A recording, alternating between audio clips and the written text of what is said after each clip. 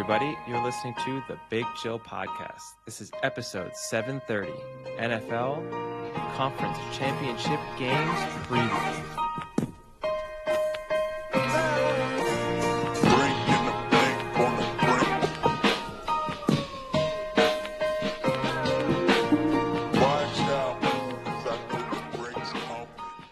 Hello, Big Chillians. Welcome back to the Big Chill Podcast. Frank joins us with Eddie. Eddie, how's it going? Yeah, not too bad. Slight cold, so the voice might be marginally huskier than usual. But yeah, I mean, you blamed it on going to a specific bar that you always used to frequent. And I have to say, when you lived in Paris, you never used to get sick when you went to the bars. That's not true. Last time you moved to the suburbs, and your immune system has gone to shit. Last time I went there, I got COVID. This time I got a cold. So if anything, the suburbs are treating me a lot better. The downside is I have no control over my heating in this new apartment here, which is kind of nice. It's very, very warm, but I actually don't love having a cold and also being very hot. I would like the temperature to be a little lower. So that's a slight pain. But aside from that, I'm doing pretty well. Well, you speak about going out. I got a little update for our listeners, friend of the podcast. And I think many listeners are fans of this person, Vasilis, our friend. They love a good Vasilis story. I don't have a Vasilis story per se, but I have a Vasilis attack on you, which I thought was quite humorous that I didn't tell you about, but I saved specifically for the podcast. He posted up a picture that he was at the Mazet, which is another bar that you used to frequent when you used to live in Paris. And I said, hey, no Eddie. And he was there for the NFL games, which is even more surprising because I don't think he knows anything about football. True. I know where this is going. And I said, oh, no Eddie? And he goes, no. Then he made a terrible spelling mistake and said, man is far away. I don't know what that means, but I think it's an insult on you being too far away. And then he laughed and said, I'll see him tomorrow, though. And then I responded, I guess he's no longer the Prince of Paris. And Vasilis gives you the ultimate burn. He was barely a butler lately in the bar status. Not only you're not a Prince of Paris, you're not even a butler of Paris, according to Vasilis. I don't know exactly. I don't know how the butler fits into the royalty scheme necessarily, but I don't even know where to start there. If you want the full story, if I'm going to get attacked, I'll fire back. And you're aware of this. So he messaged me he originally messaged me about going out on Saturday. He said it was a big Greek party. I've been to it once before. It's kind of fun. He asked if I wanted to go. I went to the rugby match on Saturday night and then left the rugby with a couple of friends with a plan of popping by the Greek bar for a little bit. And then he told me, I messaged him, I asked where he was. He was already at home. And then he told me, actually, the Greek party is next Saturday. So I said, okay. And then Sunday morning, he messaged me asking if I wanted to do something on Sunday. And I said, no, I'm going to watch the NFL games at home. But I wanted to go out Monday night because for just the NCAA championship game, I was happy to go to a bar and just watch that in a bar with, one game on, easy to do. He said, cool. We made that plan. Then he went out on Sunday night and he did not wake up until 7:30 at night on Monday. And also even then 7:30 at night. Yeah. And even then, that didn't really change our ability to meet up, seeing as the game kicked off at 1:30 in the morning here. But he then said, he had work early in the morning. Now, keep in mind, an early start at work for him is 10 or 11 a.m. It's never before that. So he said he couldn't do it. The reality is, this guy gets the roughest hangovers around now. Still likes to pretend that he's a 22-year-old and he can go out every night. And if he, I could at least hack a couple nights out in a row and still actually, survive on little sleep and have a big night out. He's just a shell of his former self at this point. It's embarrassing to be with him. He gets drunk early and then he can't function the next day. Wow, shots fired. He won't hear this. It doesn't matter. Oh, I'll send him the clip. I'll make sure he hears it. Then I'll get a response. We may not understand the English in the response, but I'll get it. And what he really needs to do, he's fully committed to the Ascot trip this year, supposedly.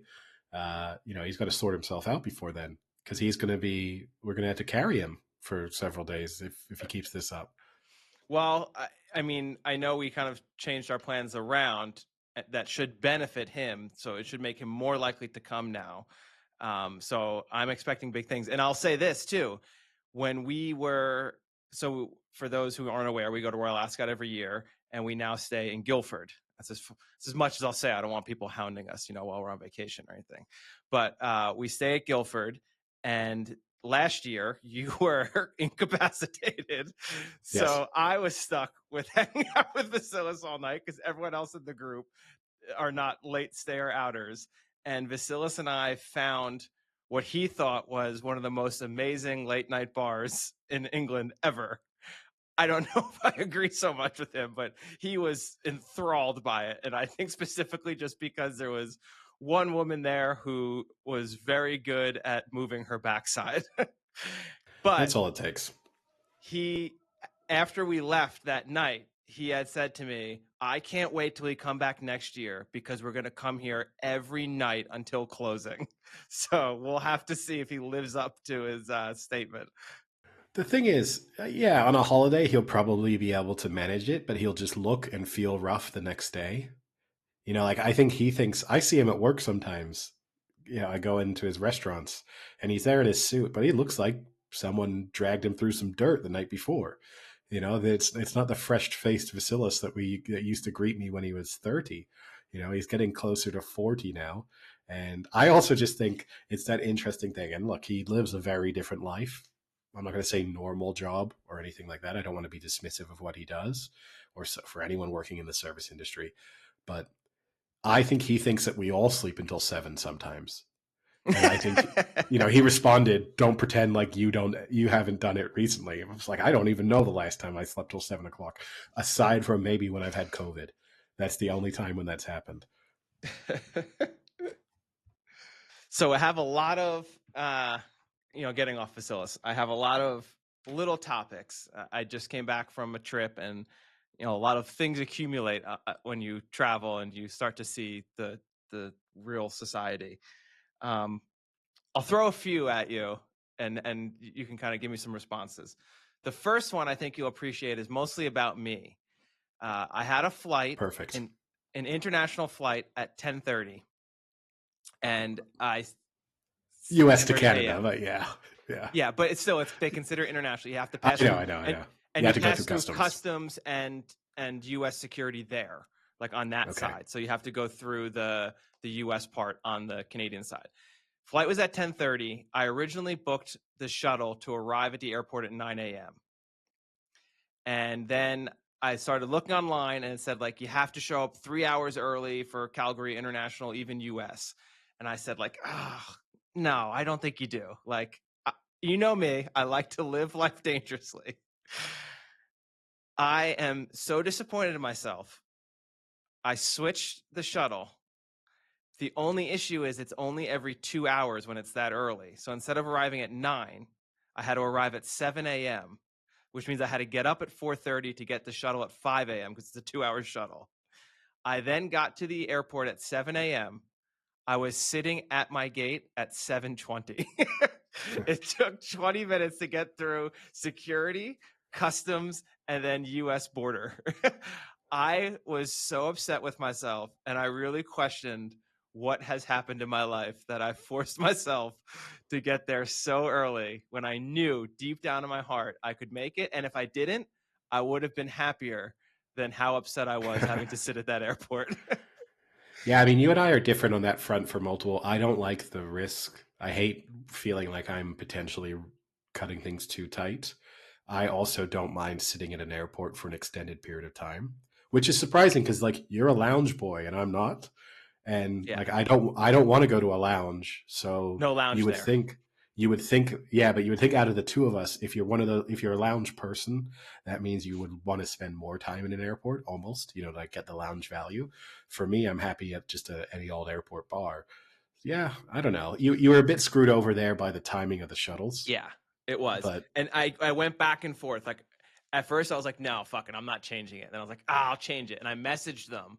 And then they didn't get back to me. And I was like, oh, good. They didn't get back. I don't want it. And then literally as I was falling asleep, they messaged me back being like, no problem, I'll put you on it. What made me concerned is that the shuttle isn't direct from my hotel to the airport. It obviously stops at other stops. So they say 2 hours, but if they do 5 stops and people are slow, it could be over. And that's where I was concerned. Like if I don't get to the airport till like 9:15, 9:30, then I'm cutting it close. But what sucked is I found out that on my time and the one I would have had originally, the one that got me there at 9, there was just a shuttle for our hotel because so many people were going. So it was direct from my hotel, and it actually was way under 2 hours. It was like an hour 45. So I actually would have gotten to the airport like at 8:45. I definitely would have made it. I don't think 1:45 counts as way under 2 hours. I think that's in airport time, 15 minutes is a lifetime. But yeah, at least you didn't miss your flight. The next thing is on my flight, I was on the aisle and there was a person in the middle, and this person was a normal adult, not a child or anything. And about a quarter of the flight in, they fell asleep, and they were a like head mover fall asleep. And for a good hour, this person was basically sleeping on my shoulder. What's your move there? How long's the flight? It was a 2.5-hour flight. I'd probably just accept it. I think that's it's really annoying. It is really annoying, but avoiding either the possible like grumpy, semi-angry wake up if you do give someone a bump, there's always that risk, or just the awkward social interaction. I think, I mean, although I like speaking to people, so maybe I would have given them a bump and then broken into conversation and hoped that we chatted the remainder of the flight. But I think I would have just accepted it and let them rest on my shoulder. I mean, I accepted it, but what I did was I actually like leaned my face towards him and like nuzzled him. So it was out. Yeah, when he woke up, my mouth was about an inch from his mouth. Yeah, that was pretty good. In a similar vein, I then had a 3-hour layover, and I was in the lounge because I'm a lounge boy. And then I went to get to the gate for my flight, and the flight ended up being a little more delayed. So I kind of sat at the gate for like 15, 20 minutes. There was a grown man there who was sleeping, who was snoring so loud you could hear him from like 2 gates over. What's the etiquette on? Does that person not realize? Like, I think if you snore, you should not be able to let yourself fall asleep in public like that. Yeah, it's a little hit or miss, right? Because some people snore sometimes, but not all the time. But I don't think you can wake someone up for snoring. Again, that's a really embarrassing. I don't think you can wake them up. But I think as an adult human, you need to have the decency to know that you are like, I mean, obviously this person knows that they snore. It was so loud. It was insane. I moved over 2 gates and I could still hear like the echoes of this person. You got to know that. Oh, so like our friend Olivier snores horrifically. And I actually thought about that when we were flying together this like back in the fall, because we were on the same flights. Admittedly, we were in different classes, so the chances of me hearing him snore were slightly diminished. But he then said, I don't really sleep on planes. I think that's because he knows he snores. I think he knows that's a really loud snore. It's why he always has to have his own hotel room. That's good. And you know what? Good on him. Because if I had to stay in that hotel room with him, I'd probably like murder him. Well, Vasilis says he still has PTSD from it from Ascot last year. He tells me he still wakes up in the middle of the night and sometimes worries and has a dream that the hotel staff are coming to knock down the hotel door to kick them out of the hotel because he was snoring so loudly. I do believe that. Oh, that's funny. Last thing. Go ahead. Go for it. All right, I'll go. Building on I got a little mini travel anecdote from last weekend on my way to VD.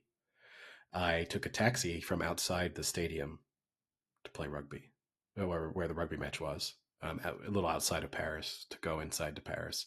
And I think the taxi driver was a little surprised. Not common to get people hopping in a taxi. This was probably 11:30 at night. So, and the public transportation's right there. So, there were like drinks in the stadium after the match. So we had hung around for maybe 30 minutes, 45 minutes after the game had finished.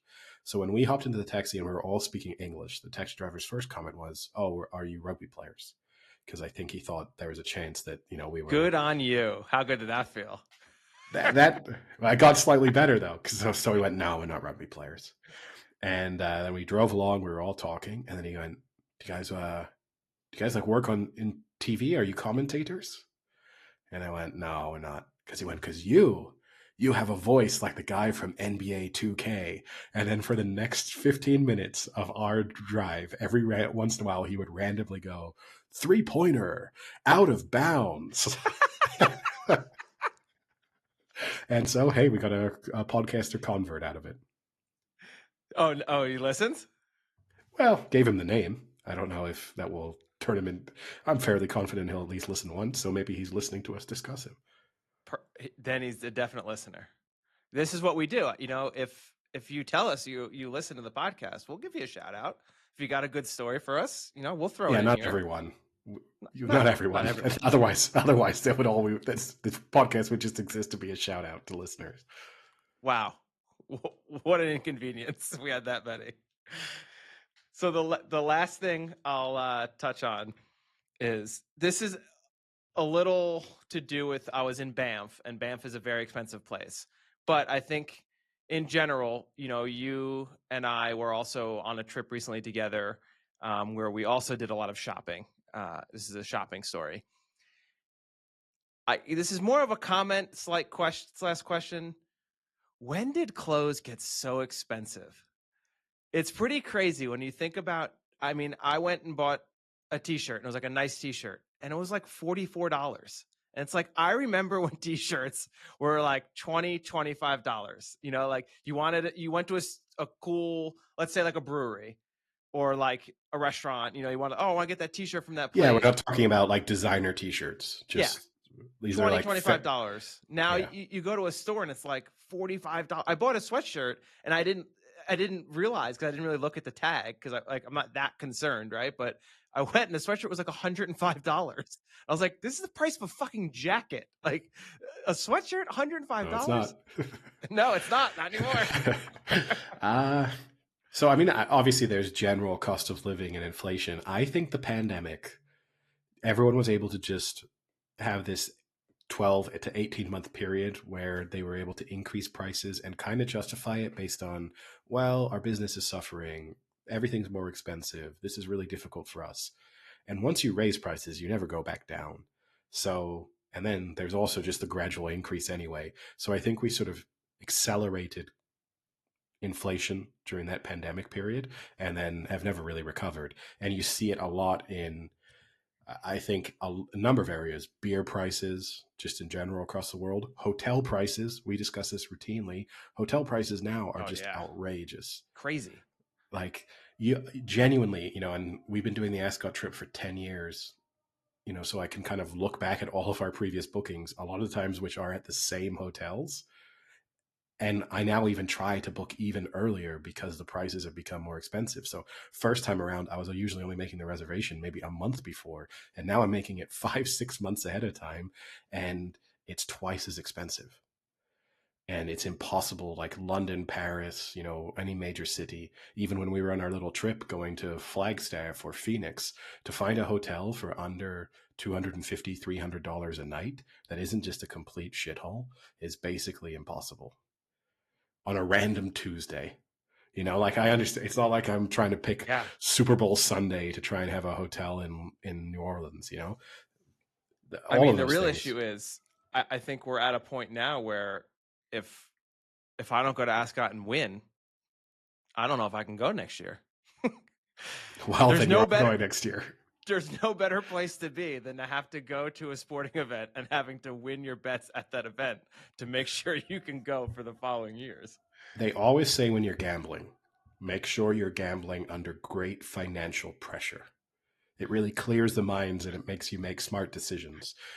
You know, that's when you get closest to your big wins. The more you feel the walls are closing in on you, that's when you're ready to break out. Now, we'll obviously use most of this podcast to speak about the NFL Championship games, the AFC and NFC Championship games this weekend. But before we do so, I guess we can do a little bit of a college football championship game recap, reaction. But even before that, a little bit of European football, which we've kind of skipped over mostly for the last couple of weeks. Yeah. Premier League wise, you know, at the weekend, we were, you know, not served up any truly fantastic matches. Arsenal blew their 2-0 lead, which was against Aston Villa, which was one of the bigger talking points. City, as we alluded to on the last episode, got back to form with a 6-0 win over Ipswich. Manchester United struggles continued with a 3-1 loss to Brighton, and then had their own manager calling them out as being the worst Manchester United side in history. But where things it's always a good sign. Where things really got interesting was in the Champions League this weekend, where one of the big talking points, Manchester City's continued struggle to hold leads. They were 2-0 up against PSG on Wednesday night and lost 4-2 in Paris. And it means that they are at risk of being knocked out of in the initial, I guess it's not the group stage. I don't know what first phase of the Champions round robin League stage. Yeah, but at the same time, even though they've done terribly, played 7, 8 points, scored 15, conceded 13. They're only one spot outside the top 24, which would take them into the next round. Wait, so they played 7, 8 points? Yeah. Yikes. Yeah. And, you know, just where you expected them to be, slightly behind Stuttgart and just ahead of Dinamo Zagreb. So just where you expect Manchester City to be, but definitely not going well. I mean, it could be worse. They could be young boys who have played 7, no points, scored 3, conceded 23, just getting humped in the Champions League every Let's week. not talk about young boys getting humped on the podcast. Sam will reappear. That's like saying Beetlejuice 3 times if you do it too quickly.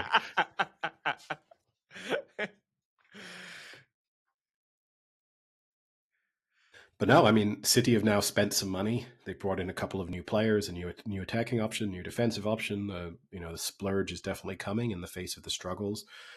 Kyle Walker is going out on loan to Italy. You know, I think you'll start to see more of those sort of key parts of their squad be shifted away over the next 6 to 12 months. So a big turnover probably due, but this is a big rebuild. And like we've spoken about on previous episodes, it's unclear whether or not Pep Guardiola is really up to being part of that type of rebuild. Yeah, it's crazy to think City are going to rebuild. Like 5 months ago, that never would have been something we would have been talking about. No, I mean, yeah, they got off to a pretty good start in the Premier League, and the thought was, here we go again. And you know, even there was treble talk for a while, and in all likelihood, they're going to end the season with no trophies. Never mind a treble. Forget the treble; they're in trouble. Oh, there's the episode title.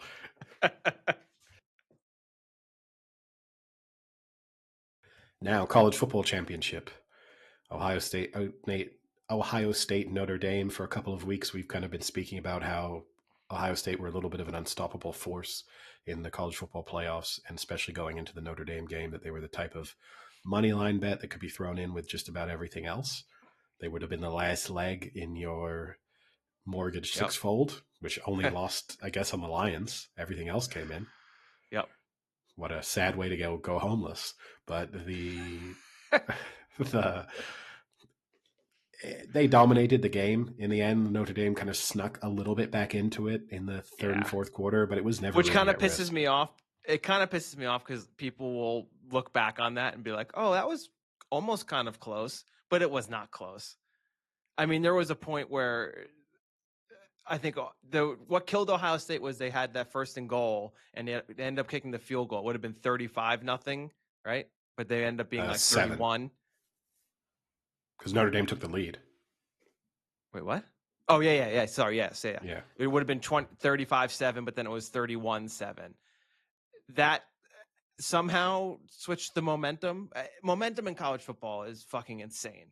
I mean, I would love to get Bill Barnwell on this podcast to specifically discuss how he can watch a college football game and think momentum is not a real thing in college football. Because it's crazy. I don't know what Ohio State started to do and why they were panicking out of nowhere, but they kind of made a muck of it a little bit there at the end. But that first 3 quarters, basically 3 quarters, was a fucking pounding.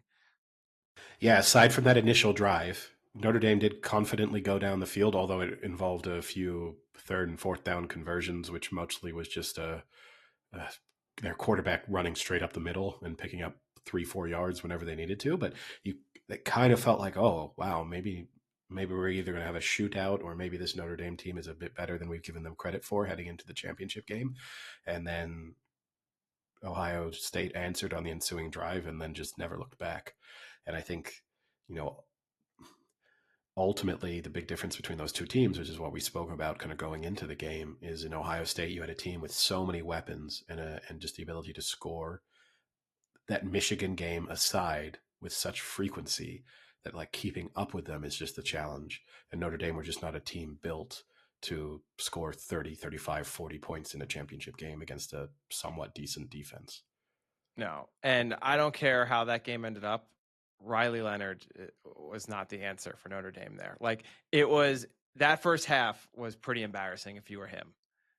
It was, because we had talked about on the podcast, he isn't much of a thrower. He just loves to run the ball. And that first drive, he had, I think, 5 rushes and basically led them down the field and scored. And then after that, Ohio State was like, oh, it is like how we watch every film. He does just run the ball. And then they absolutely fucking stuffed him the rest of that half. There was a few where he pulled it and tried to run and just got demolished by 4 guys.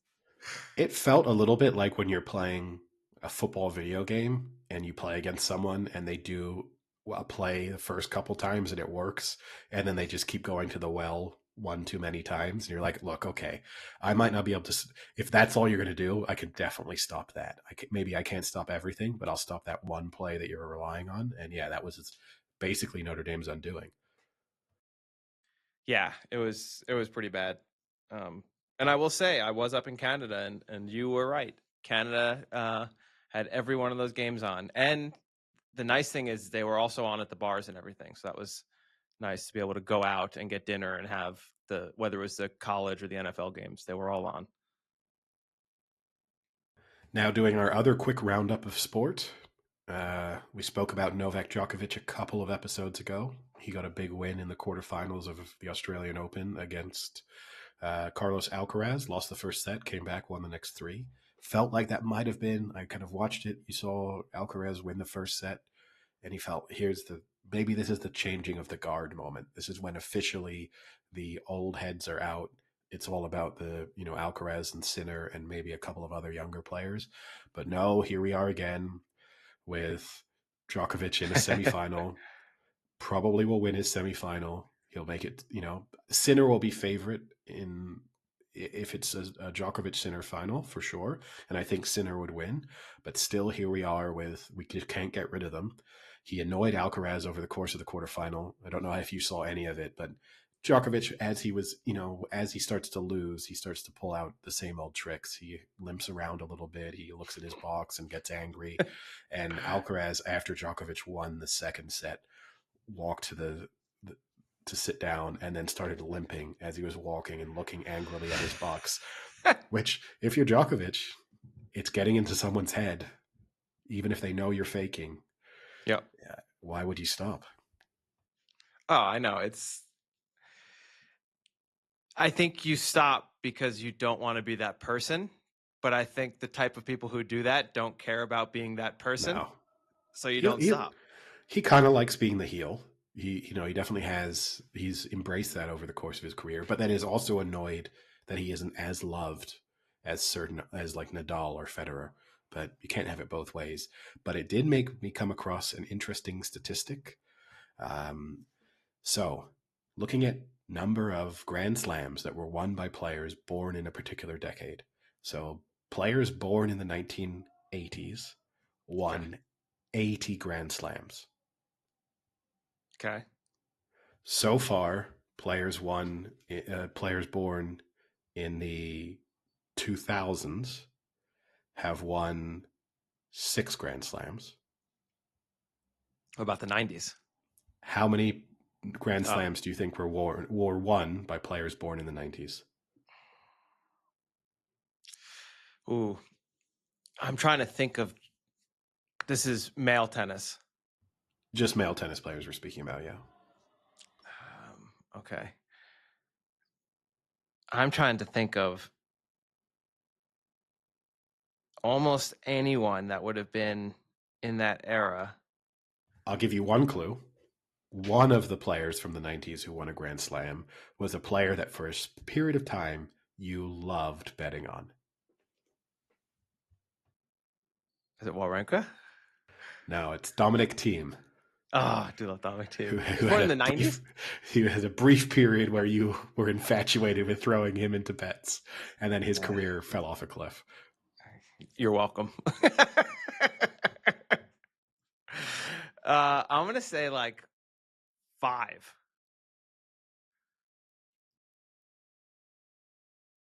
2. Wow. That's it. So I knew it would be low because I couldn't. I mean, for instance, there's no one I can really think of in the 90s that was like consistently at the top. No, so the only How old player. Andy Roddick? Oh, he's early 80s. No, we can't be that old. Yeah, he's. Yeah. He's older than me? Oh, yes. Like by 5 years. Wow. So the other player born in the 90s who's won one is Daniel Medvedev. Mm. So there's a chance. I mean, in this, Zverev was born in the 90s. So there's a chance here that you could have another 90s winner, but I don't think it's too likely. Andy Roddick was born in 1982. Oh, wow. For some reason, I thought he was a lot younger than that. I thought he won very young and then just fell off a cliff. Well, he did win pretty young, but that was early 2000s. So, okay. He was late teens, early 20s. I bet you T-shirts were really cheap back then. Probably. You could have picked up some Andy Roddick T-shirts in Banff for $10. $10. All right.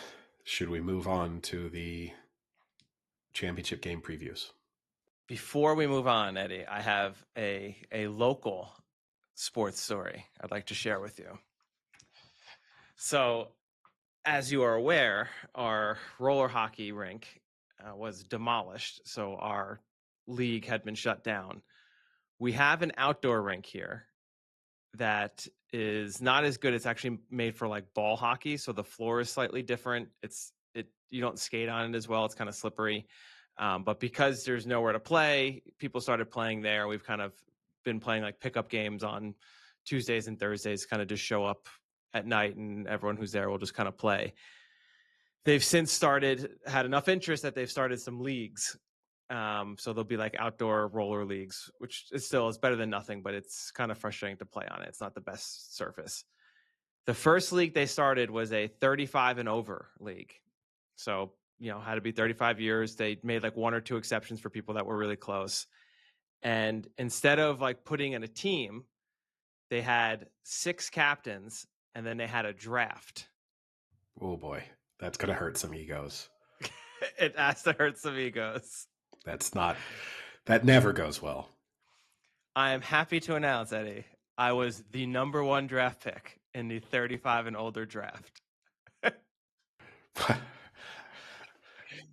It is one of the major accomplishments of my career. Congratulations. I guess this is not a dynasty keeper league in any sense because they know you're leaving, right? If someone just destroyed their franchise with their first pick, it will go down when we're analyzing local amateur Tucson sports. That will be one of the most catastrophic GM decisions that's ever been taken. Yeah. The best part is there was one other like really good player who also plays on like the traveling teams when we go for nationals. He is 50 times better than me. And he was selected number 2. I gave him so much shit for being selected over him. It was unbelievable. But the best part is after we got drafted, there was a draft, and I had known there was a draft, so I had messaged the group on Facebook being like, hey, like, are we invited to the draft? Is it going to be like a podium and stuff? And they were like, no, shut up. But supposedly when I got picked, the guy who runs the league actually called me to do like the draft phone call. And I was fucking playing hockey, so I didn't get to answer it. And I was so pissed because it actually would have been really, really funny to me because I didn't have the number saved. So it would have been like, hello, who's this? And it'd be like, hey, Frank, this is so-and-so. Just want to let you know we're taking you with the number 1 pick. It would have been really funny. Well, the fact that you were playing hockey during the draft, that's why they took you number 1, Frank. That's the type of work ethic and dedication you look for from a number 1 pick. But how much of it, I'm not in your particular pick, but in general, how much of it was sort of a popularity contest of people wanting people they liked on their teams? Yeah, after like the first round, I think that's what it was, pretty much. Yeah. Because I think there was not that many top level players. So then after that, it was kind of everyone was kind of in the same grouping division kind of thing. And did they share the full draft order? Yeah. No, just the first round. Okay, so not to hurt too many people's feelings, you were the last pick. That's Mr. Irrelevant in Tucson, Arizona's roller hockey league is not a good place to be. I'll try and find out who that was, and then that'll be my chirp to them the entire time. But I guess they didn't get a great scouting report because while I may be clutch in the regular season, I fall off a cliff come playoff time. So they must not have gotten that scouting report. And then I heard 2 days ago that there was a proposed trade for me, and the GM or captain was adamant that there was no way she was giving me up. Trade would be a weird one, but it would have been weird if they were like, Frank, you're the number 1 pick, and now you've been traded for the number 74 pick. We made a terrible mistake. And a 12-pack. But yeah, I did send them the video of me playing hockey on Lake Louise up in Banff to show them that, once I found out I was the number 1 pick, I went right up to Canada to get a little quick spring training in to get my legs up in speed, and get ready for the season. They were quite happy with that. While the number 2 pick was just being drunk for 3 days straight in Tucson. So, that's why it was number 2. Did you find your chubs up there in Canada, like Happy Gilmore, the coach? Oh, no. I was like, what the hell are you talking about? My underwear? No, I should have asked around while I was out there in Lake Louise. I did knock over an Asian tourist, though, so that was kind of fun. I was playing hockey, and they were really badly ice skating in like a circle, and they got a little close, and I turned around and just crushed them. I bet their retelling of that story is vastly different. Well, it's like it was a big circle you could go around, and then off to one of the sides they had like a little hockey net set up. So I was literally just playing in the corner, and this person saw me playing the whole time and got super close. And then, I was skating and, did a little turn. And next thing I knew, they were boom right in front of me. Well, on that important update, I'm sure we had listeners tuning in just to know what the draft order was. We're probably the first. I mean, at the very least, it solidifies my Tucson Roller Hall of Fame resume. Oh, does it? Or does that just make you a potential all-time draft bust? All-time draft bust. We'll have to see. First game is tonight, so a lot of pressure. What time? Late, 8 p.m. Well, a little late for me.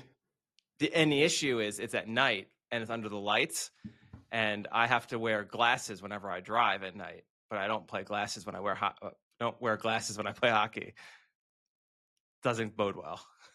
I think you should aim to be more like Ryan Leaf-esque. I think. Well, that's originally what I thought. I thought I was going to be the second pick.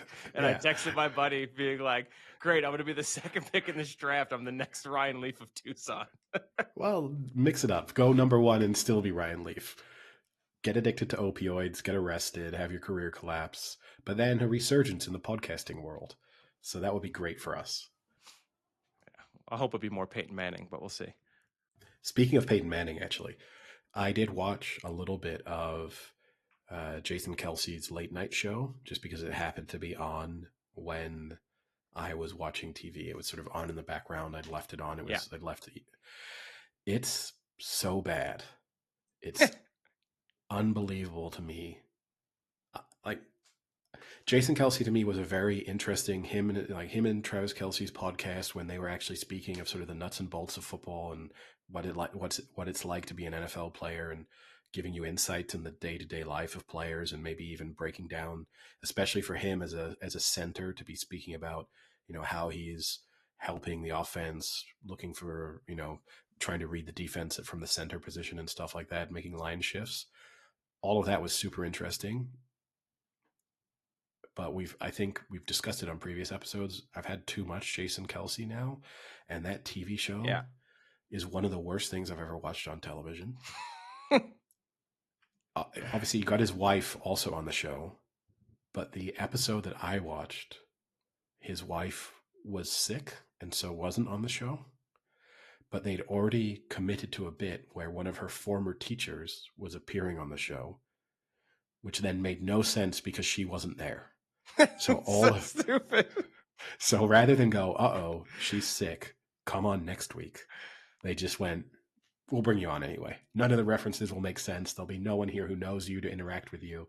This will just be a weird thing where people are trying to figure out why we have this former teacher on midway through this sports show. So weird. It's terrible. Yeah, I only watched like 5 minutes and I was not that thrilled.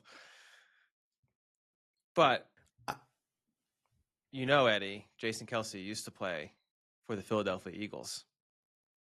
And his brother still plays for the Kansas City Chiefs. And guess what? They're both playing in the NFL championship games. What a transition. Thank you.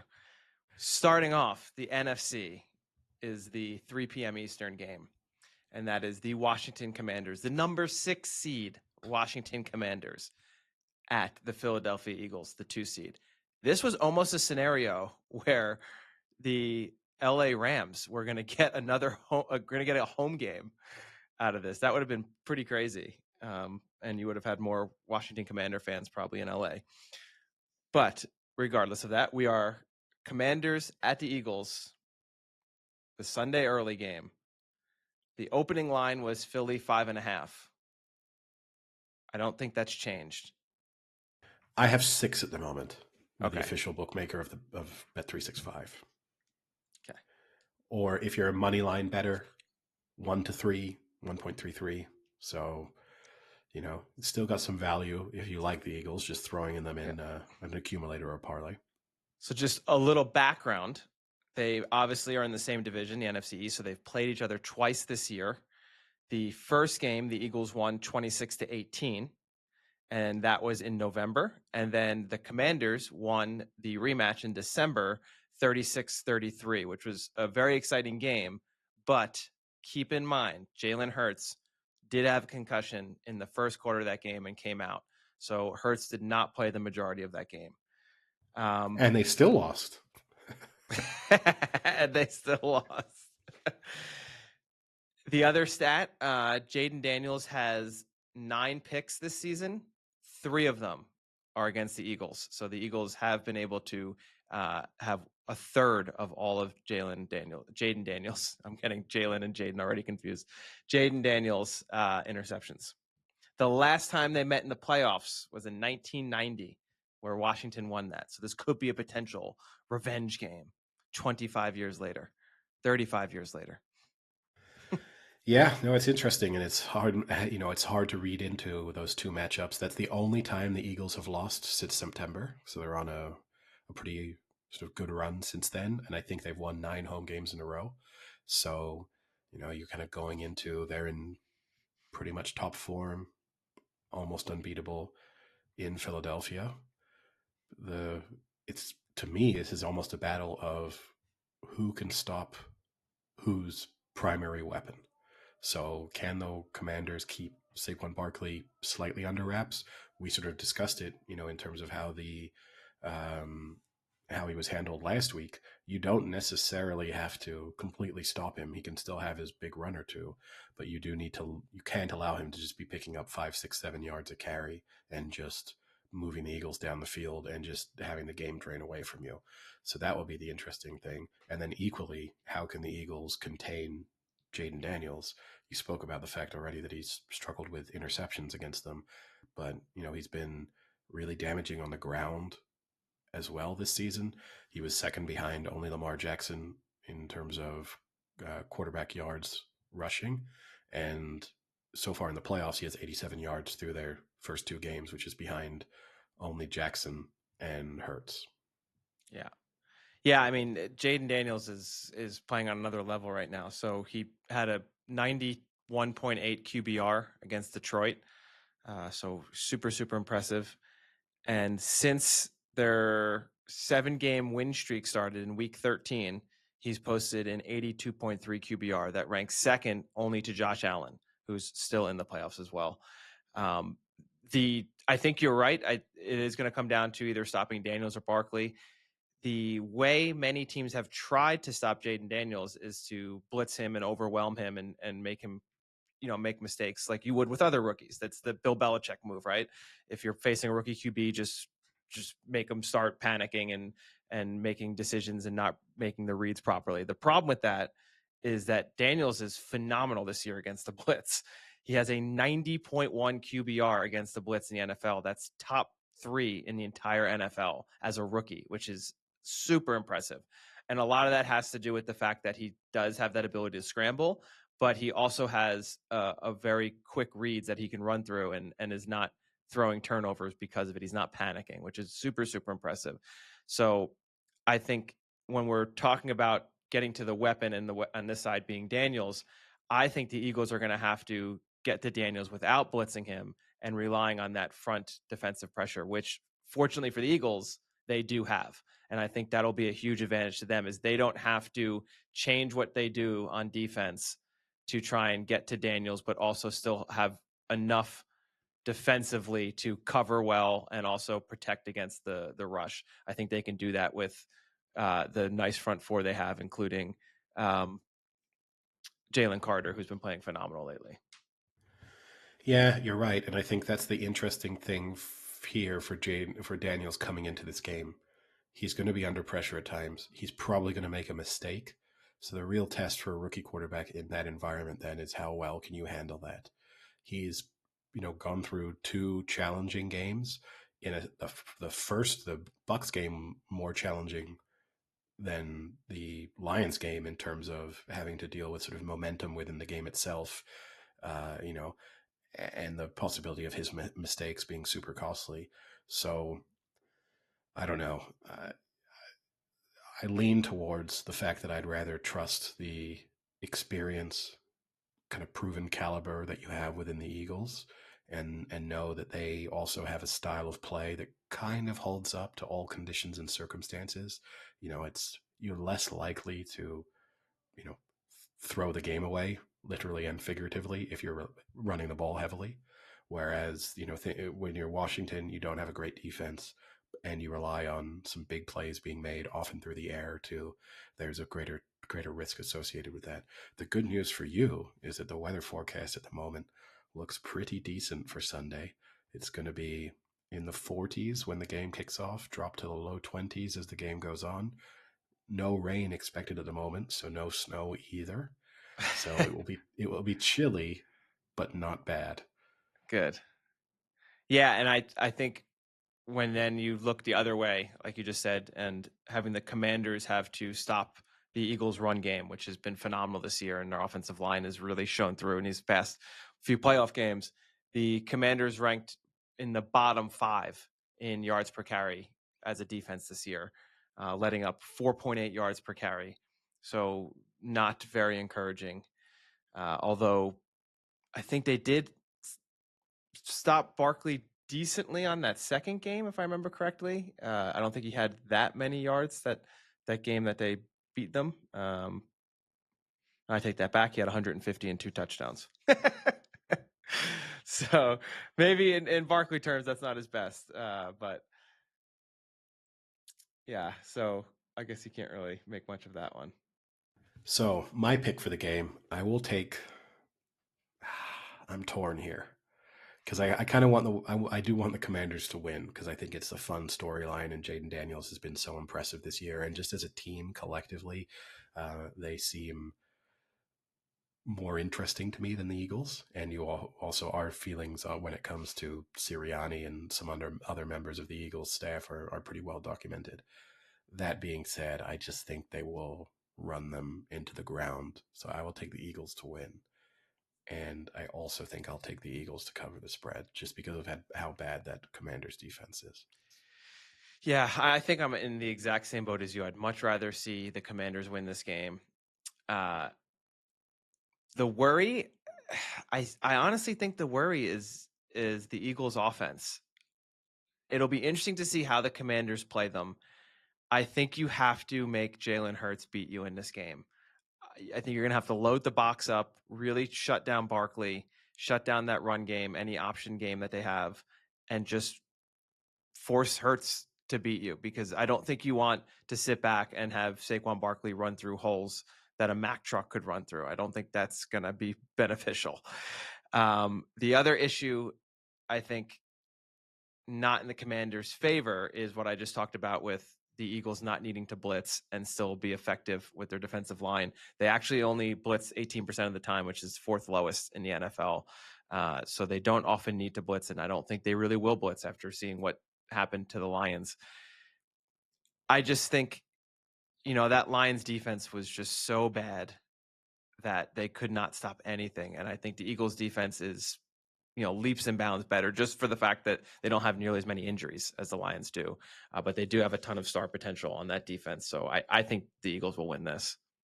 Now on to the Bills-Chiefs game, a matchup that feels like we get every playoffs now, and also usually in the regular season as well. So very familiar.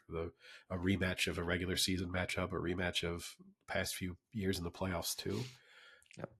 So yeah, number 2 Bills at the number 1 Kansas City Chiefs. It's the 6:30 p.m. Eastern game. This is the 9th meeting between Mahomes and Allen. They are 4 for 4 in head-to-head meetings, but I think, as most people know, the script heavily favors Mahomes in the playoffs, and he's 3-0 over Allen in the postseason. You mentioned already they met in Week 11. The Bills won that game 30-21, and it was KC's only loss that season, where they played their starters. Obviously, I don't count that last week. And the last time they played in the playoffs was last year, the divisional round, and the Chiefs won that 27-24. Now, here's a question for you. When is the last time the Bills beat the Chiefs twice in the same season? The Bills beat the Chiefs twice? Yes. Oh. When would they have played them twice? 96. 1993. So I was close. It was in that when the Bills were good. It wasn't a bad guess. No, it wasn't a bad guess. Last time they beat them, they used to play each other twice sometimes in the regular season. The last time they beat them twice in the regular season was 1965. Oof, I think I remember that. So I think both of us kind of agree here. I mean, you obviously more strongly than me that the Bills are the better team. I have no problem saying that. I just am not sure, like I've said all year, I don't think I want to bet against the Chiefs until I see the Chiefs actually lose. And honestly, I don't think there's a lot wrong with people who feel that way.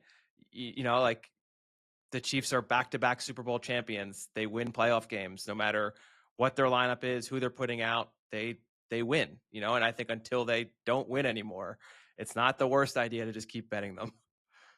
No, I agree. I mean, that's been my position with Manchester City, for example, right? So I cannot be critical of someone for just taking the defending champion until they lose and just assuming that they have the wherewithal and the know-how to be able to get through important games. And what we have seen from the Chiefs is that they're good at playing the game in the pace and the style that they want it to be played, and then using their experience in those key moments. And I will say, my feelings on the Chiefs have slightly improved over the course of these playoff games, marginally. My feelings on the Bills have slightly dropped. Ooh. Particularly that Ravens game. I really think the Ravens overpowered them, outclassed them, were the better team, and threw it away. And so I can't be quite as high on them. If the Ravens had snuck through that game last week and now it was the Ravens against the Chiefs, I would take the Ravens -10. But that hypothetical matchup unfortunately will not happen, so it will not be tested. So I will just say I won. But I think I still feel like this is a Chiefs team that struggles to score points. That, Mahomes is dealing with, okay, it's the playoffs and Travis Kelce can go full steam again, even though, as we discussed last episode, his fifth gear looks like he's in second gear now. And, there's limitations in terms of all the weapons that Mahomes has at his disposal. Whereas the Bills can score a lot of points, can score quickly. In some respects, I almost feel like my analysis of this game is very similar to the Ravens game, but for different reasons. I think if the Bills can get out to a lead in this, there is no way the Chiefs can close the gap. If the Bills are up 10 points, 14 points, I think it's game over. I don't think the reverse is true. I think the Bills are capable of mounting a comeback, but I just think this Chiefs team cannot put together quick drives and cannot score points quickly.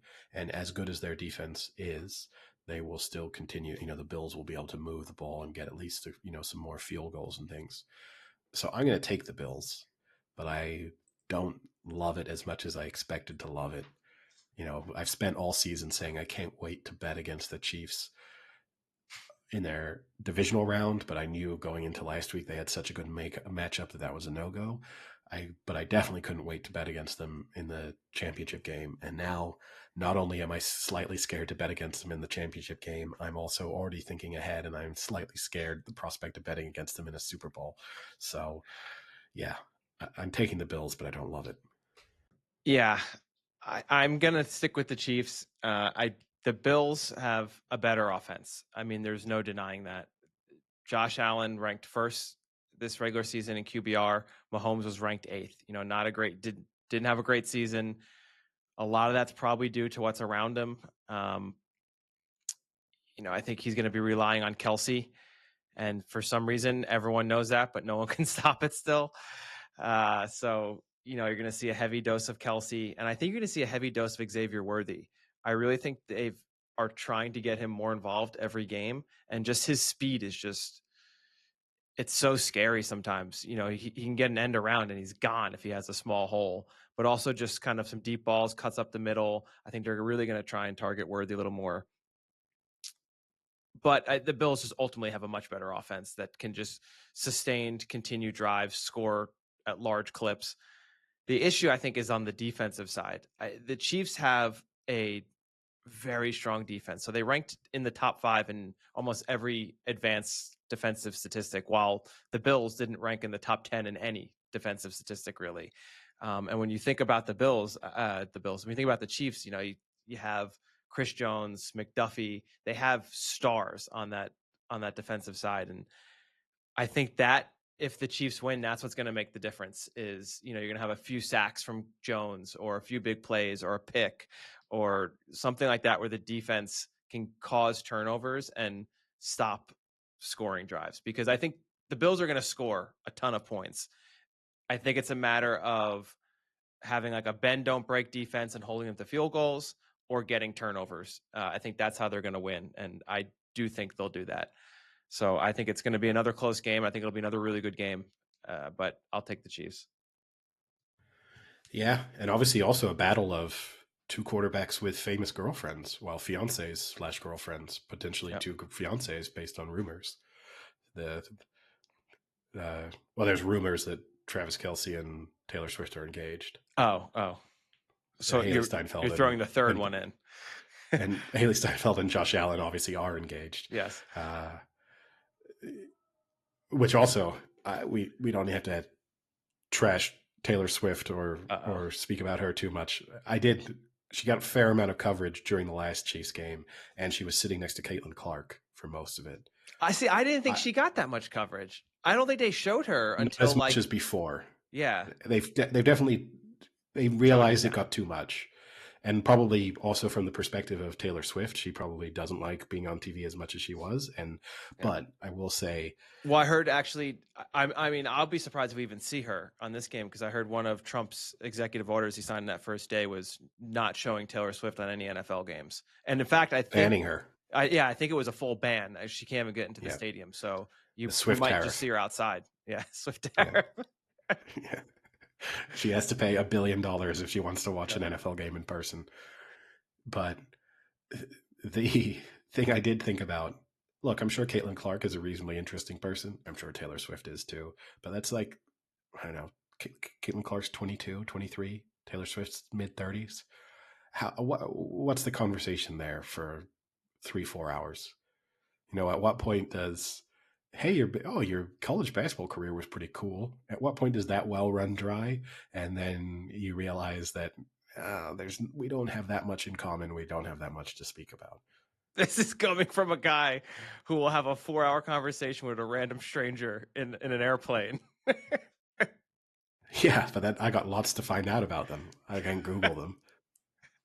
I'm 4 sure hours they is could pushing do it. the same. 4 hours is pushing it. I would say... Well, no, because I think it's easy in that situation because you're at a game. So the majority you're watching the game. You're not talking the entire time. You're talking in breaks, occasionally. Oh, did you see that play? Yeah, good play. Wow. Okay. See, but I actually reverse it because Caitlin Clark, I've seen her on a couple of ESPN shows and other shows. She's pretty knowledgeable about football. I mean, she's a big sports person, so there I almost feel like the watching the game experience, not only do you have the age disconnect on all the non-sports How do you know Taylor topics, Swift's not a big sports fan? Because I've seen how she reacts to Travis Kelce getting a 7-yard completion, or the confused look on her face when she's looking around the box for explanations. This is an insult. From other people. If we know anything about Taylor Swift, is she's dedicated into what she does. So how do you know once they started dating, she's not in there analyzing game tape and asking a bunch of questions? I hope she is. That I'm taking she might have the minus 50, the play card thing on her forearm. Playbook. Yeah, if Taylor Swift is involved in Travis Kelce's preparation for this game, then I feel even more confident about the Bills. I mean, I think that is a legitimate question. The Chiefs love to design plays during the week and let their players make these crazy plays. At what point do we have a play created by Taylor Swift that's tried out? Or at least named after it, because they also like to give the funny names that then they try and get into the public space. So when it's named after a Taylor Swift title or something like that, I think we could probably expect that in either this week or the next. Oh, I guess we forgot to say the spread. It opened up at -1.5 for the Chiefs what does the official sports book say? Still 1.5. Surprisingly holding strong. Which I will say, I don't tease, but I'm kind of tempted to here because I'm a money line better. So in a sense, the shifting the spread the other way should appeal to me. It's just I don't like the randomness of the point spread at times. How are you teasing it? Eagles down, Bills up. So say if you did a 6-point tease, if you're getting the Eagles basically money line or minus 0.5, so money line, and then you're getting the Bills plus 7.5. I love the Bills 7.5. I kind of think you tease up the Commanders. Are the Commanders going to lose by double digits? Their defense does suck. They did let the Lions score 30-something points with 5 turnovers. Yeah. I mean, I'm not saying I think the Commanders can potentially win this game, but I can also see them just getting absolutely blown out in this. But I think, I agree with you. I also, this is tough. It's a tough one. I mean, I love a tease, and I've been thinking about it. I think you tease up the Commanders and the Bills because I think those are the more fun teams to root for. And what's nice about the Commanders is then, as long as they keep it close, you win and you're entertained and hoping that they can actually win the game. You know what? I'm going to be greedy because I'm going to work out a couple bets. Okay. I'm going to have 1 Bills teased up, Eagles money line, 1 Commanders teased up, Bills teased up, and then I'm going to hope Eagles win by 7, and perfect. Everything wins. Perfect. Nothing like threading a needle in bed. It's a pretty big gap. I'm going to actually do Eagles against the spread. No. I'm going to do Eagles minus 9 and the Bills spread up, teased up, and then I'll do the Commanders teased up and the Bills teased. So as long as the Eagles win by 9.5 or 10, I'm a winner in both. That sounds smart. No, but yeah, in an ideal world, Commanders versus Bills feels like a fun matchup. I will say part of me wants the Eagles to win because I always worry about Super Bowl blowouts. And I do think when you combine Jayden Daniels being a rookie and having had a few rough patches over the course of this season, plus how bad their defense is, I think against either the Chiefs or the Bills in a Super Bowl scenario, that could get ugly fast. So I'd almost rather it's the Eagles against one of those teams because I at least go into it thinking the Eagles are going to run the ball a lot. This is going to be a tight game, and I'll get some entertainment out of it. There's nothing worse than, say, those, we haven't had one in a while, but the 20, 30-point blowouts in the Super Bowls. Yeah, it's tough too because I wonder what the worst story could be. If you have the Commanders, you have the potential of Jayden Daniels, rookie QB, to win the Super Bowl. Great story. If you have the Chiefs, it's three-peat, next dynasty talk. I think that's a pretty big story for a three-peat. If you have the Bills, is it Josh Allen finally gets over the hump and wins? That's okay story. Or maybe it's just Buffalo in general. I think the worst combination of stories is Commanders Bills, because yes, Josh Allen getting over the hump or the Bills getting over the hump is sort of interesting, but outside of the Buffalo area, that's not that big of a storyline. And then equally, yes, it's cool to have a rookie quarterback, but Commanders do not have a huge footprint. They've been controversial for a long period of time. But I think that could be a good storyline, is like Dan Snyder gone, instant Super Bowl champions. It's a good slight to Dan Snyder. But what's the Eagles story? Is it Saquon? Saquon goes to a good team and wins? Because otherwise it's, oh, fuck, the Eagles won. No one likes the Eagles. If it's Eagles-Chiefs, then it's easy. It's the Super Bowl matchup from 2 years ago with a controversial holding call at the end of the game. So it's like a revenge Super Bowl matchup from recent history. So that's an easy one. I think if it's Bills, Eagles, then yeah, the Eagles' focus has to be on Saquon Barkley and legacy-defining, career-defining playoff run. Now that he's got the chance to be on a good team, that's. Did you see that story of? I presume it was from earlier in the season, but I saw a video of him doing the rounds where he said when he told his daughter that he'd been traded, or not been traded, had signed for the Eagles, that she said her response to that was like, "Daddy, does that mean we'll win more games now?" What a just a young child shitting on the Giants.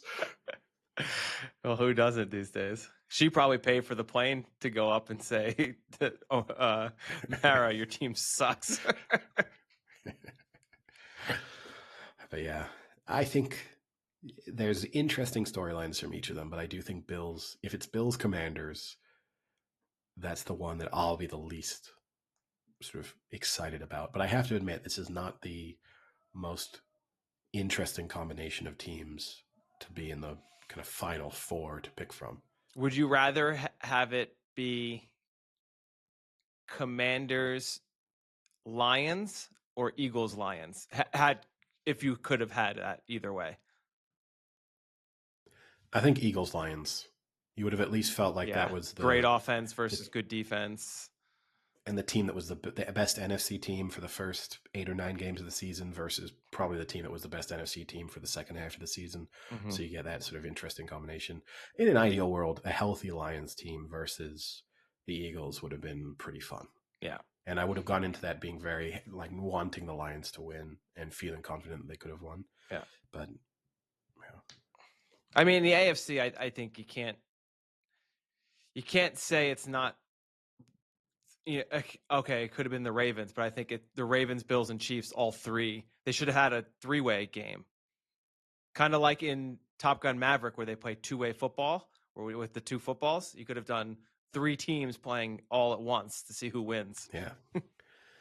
No, you can't complain much on the AFC side. I think from my perspective, yes, I'm a bit disappointed. I thought the Ravens were the best team in the NFL, so to not even have them in the AFC Championship game is disappointing. And equally, I would have rather that the Chiefs had been slightly more tested with their opponent in the divisional round, so I didn't feel as if, are we sure they're that good? Yeah. If they had played, more testing opposition last week and passed that test, then I'd feel more excited about it. But I'm worried here that we'll get like Chiefs Commanders. If that's the Super Bowl matchup, I will tune into that thinking this is maybe the 7th best team against the 12th best team. I don't even want to ask who you think is the 12th best team. Commanders. I'm not shitting on the Chiefs that much. And look, that's cool. It's good when things don't all just go to chalk, and it's nice to have upsets or teams go on good runs. I'm not, I'm not trying to say it's not, but sometimes you want the best team against the Cinderella nice run team, so that then it really feels like they've proven themselves if they do win it.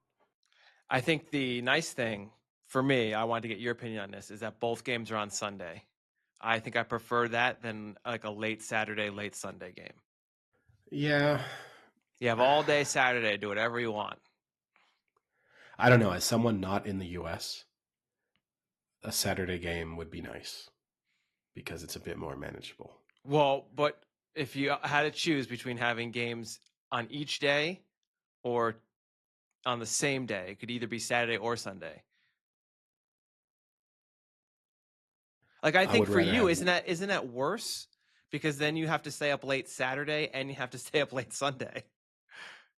I'll probably be up late Saturday anyway, and staying up late on a Saturday really doesn't impact me at all. Staying up late on a Sunday has, far greater implications. So sure you will, Butler Eddie.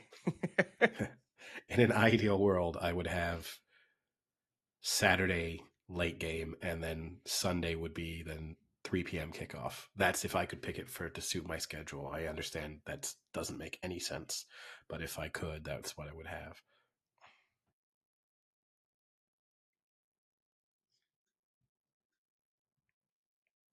All right, so I think that kind of wraps up the previews. Anything non-sports related? I watched the first episode of Severance. I'm going to presume you haven't. Oh, I have. Oh. I watched a lot of Severance this past week. I watched basically an episode a day during all my travels. It was really nice. It is not the best treadmill show. It can be a little boring at times as a treadmill show, but I put it on, got through it. I am so all by caught that up. You mean catching up on season 1, a rewatch of season 1, and then starting season 2? I never finished season 1. Oh, okay. I realized this as I was watching it, that I never finished season 1. So it was a rewatch turned into a first watch, and then watched the season 2 premiere 2 days ago. That probably works out for you, because I have to admit, it's been so long between season 1 and season 2, and I watched the season 2 first episode, and I had They a pretty gave a good memory. recap, though. It was like They a did. 5-minute recap. The animation video was a good gimmick. I didn't. Oh, you mean the pre-episode recap? I don't watch those. Yeah, like the pre-episode recap. I don't watch. Just that. Like you don't watch the previously on. You skip right through that. Never. I never watch previously on, and I never watch. That's so weird. Coming up. They're just like 30 seconds. No, I get the coming up is completely different. I will debate people to the day I die. I don't know what the point of you watching what's going to happen next episode if you're going to watch next episode. Why do you want to be spoiled by knowing what's going to happen? It makes no sense. Previously on, if I can't remember it, I should be punished for not remembering it. But it was 3.5 years ago. Doesn't matter. But what I meant was the cartoon video. Let's say this is now a spoiler warning. If you are not caught up to Severance, well, just in case we can say. Yeah. We will. I don't think there's no major spoilers. I'm going to episode spoil 1. No, in a minute. Well, there's no big storylines that kind of came out of episode 1, really. But there is. What I meant was that's a catch up on. I want to discuss it. They did that. They made that video for them. The instructional video that was them in cartoon, which in a sense recapped the final episode of season 1. It did a little bit, yeah. Voiced by. It was. Don't know. Keanu Reeves. I did not know that. I thought it was an okay opening episode. I think it's the type of show where you're not going to hit the ground running too much on. Well, they actually literally hit the ground running for the first minute and a half. But speaking, wait, real quick one. Do you know he studied the running technique of Tom Cruise in movies to do that? Nice. If you notice some similarities there. But it's a show that needs momentum. And so the fact that you've had the momentum broken from how long ago season 1 was, and you need sort of a couple of episodes to come out, it almost does sort of feel like a show that benefits from binge watching it. The weekly release kind of hurts it to a certain extent for me, but I think a little bit. I think it depends on the type of person you are too, in the sense that, like, if you like to theorize and do all of that, I think it's really good for a week to week, because it gives you time to, like, listen to a podcast about it, go on Reddit about it, develop your theories or whatever. I do agree it does lose momentum, because now that I'm going back and remembering it, when I watched it episode to episode early on, I thought it was kind of slow and a little boring. But then when you watch them, when I rapid fired them this last week, you get super hooked super quick, because like, oh my God, what happened? It's a puzzle box show. So like the quicker you can watch and keep going, the better it's going to be. It's like you can binge an entire season of Lost in a day and a half, because it naturally just does that, questioning.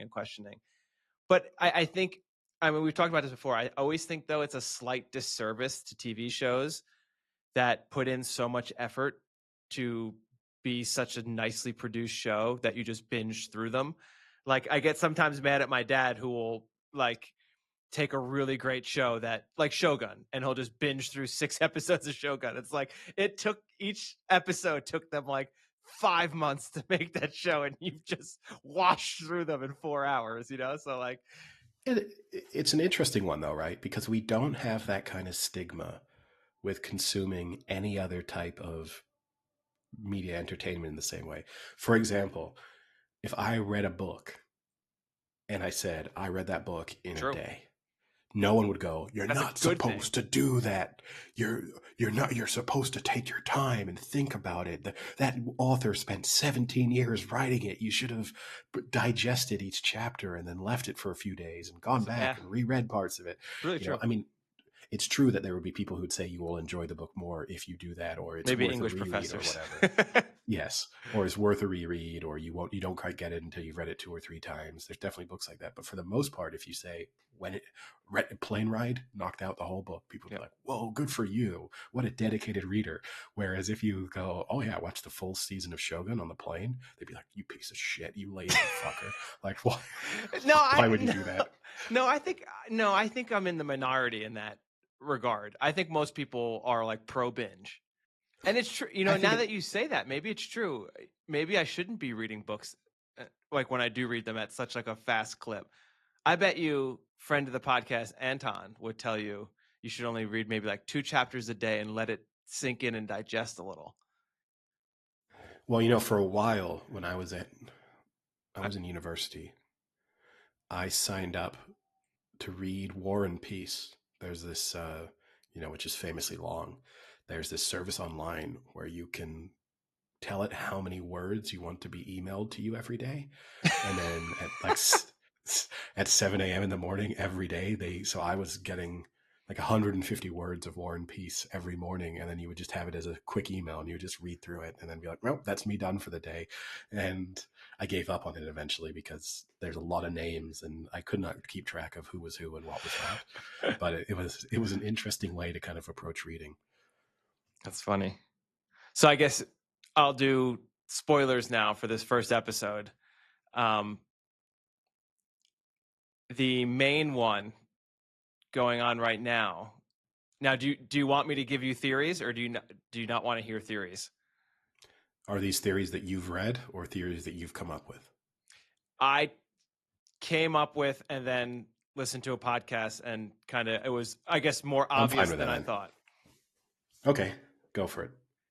Do you think all of the innies that came back down are actually the innies?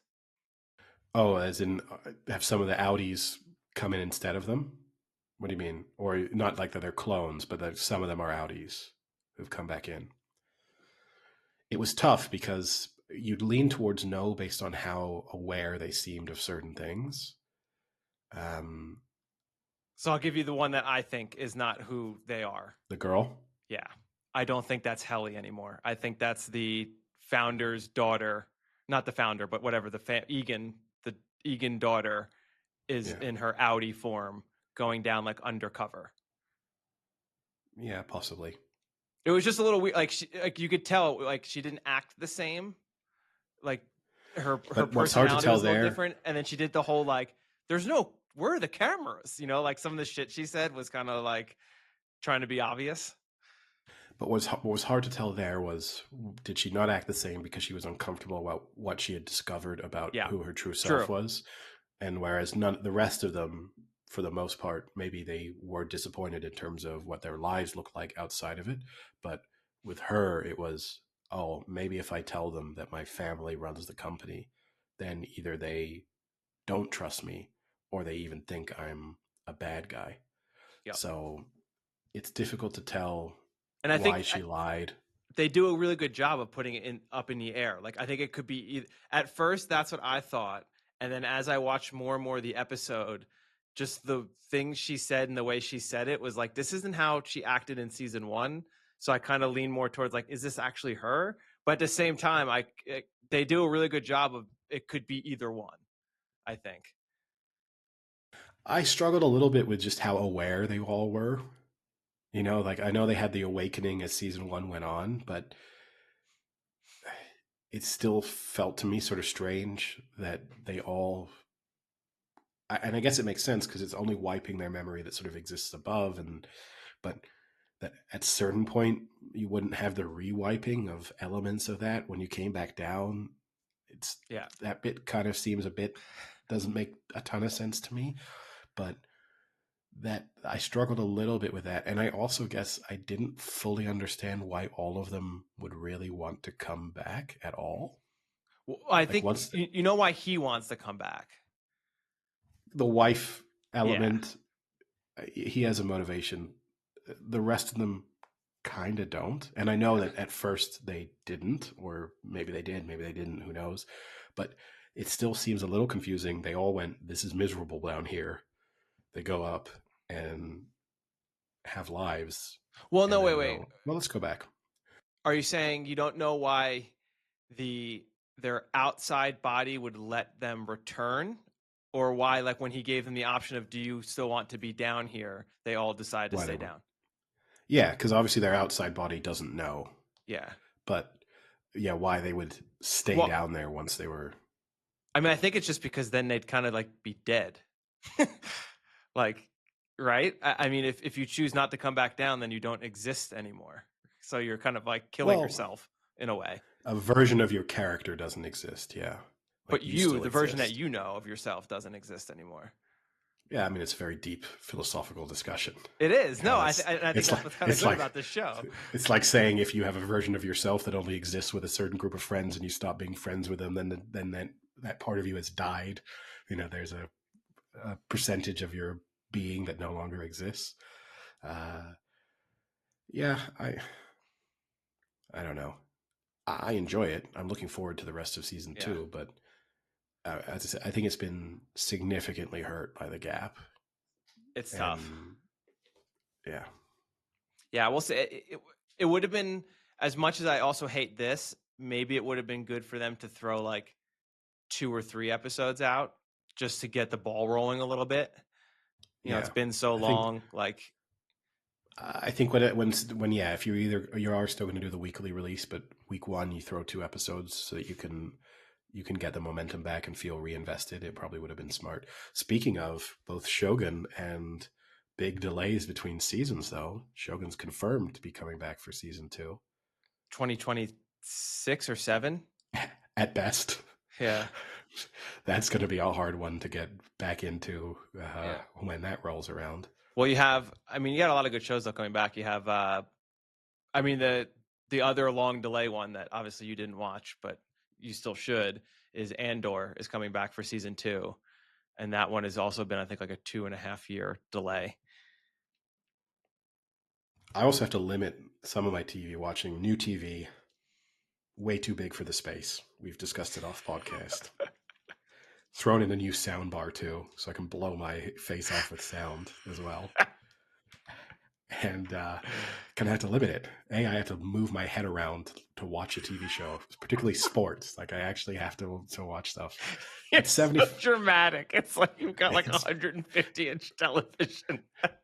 You wait till you visit and you see how big this TV is in this space, and you will see what I mean.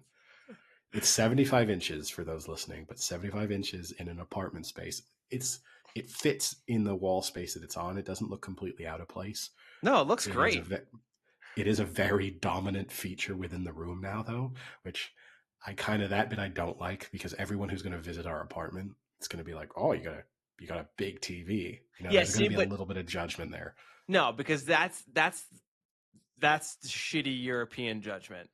Any American who walks into that room, Eddie, you know what they're going to say? Wow, that's a nice fucking television you've got there. Because you know what? So when I come and visit, it's the first thing I'm going to say.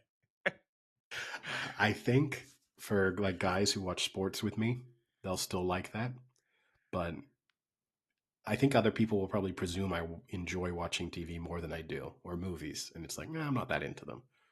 Yeah, I'm excited to see it. I mean, don't get too excited. It is only a 75-inch TV. It's the same size I have. Is it? I think so, yeah. I think we have 75 because I want to get 85. I don't think you have. Now that I see a 75-inch TV, I feel like that's not, because I have to admit it turned up and I was surprised. No, I've measured it. But putting it together was a challenge. Getting the stand on it and then getting it up onto the TV stand. And I have to admit, the other thing is I got no idea when I move how I am getting it out of the apartment. Through the window.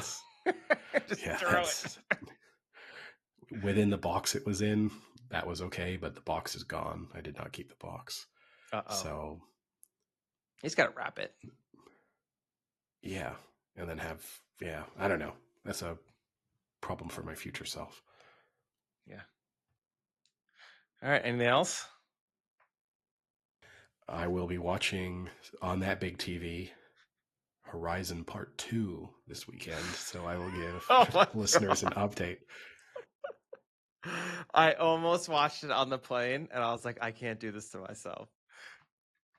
Well, I'll see if it lives up to, but I'll be able to really take in those long, scenic views, scan the horizon with across that big television. But yeah, no, I watched actually on the plane. I watched How to Catch a Killer. It is the 2023 movie with Shailene Woodley and Ben Mendelsohn, and they're catching a mass murderer. I think it's supposed to take place in Baltimore. Either Baltimore or Boston, was a little unclear. It was a good plane movie. Not a great movie, but a good plane movie. It was under 2 hours. Ben Mendelsohn seems to be the perfect actor for plane movies. Almost every movie I watch on a plane, Ben Mendelsohn's in. It had some good parts to it.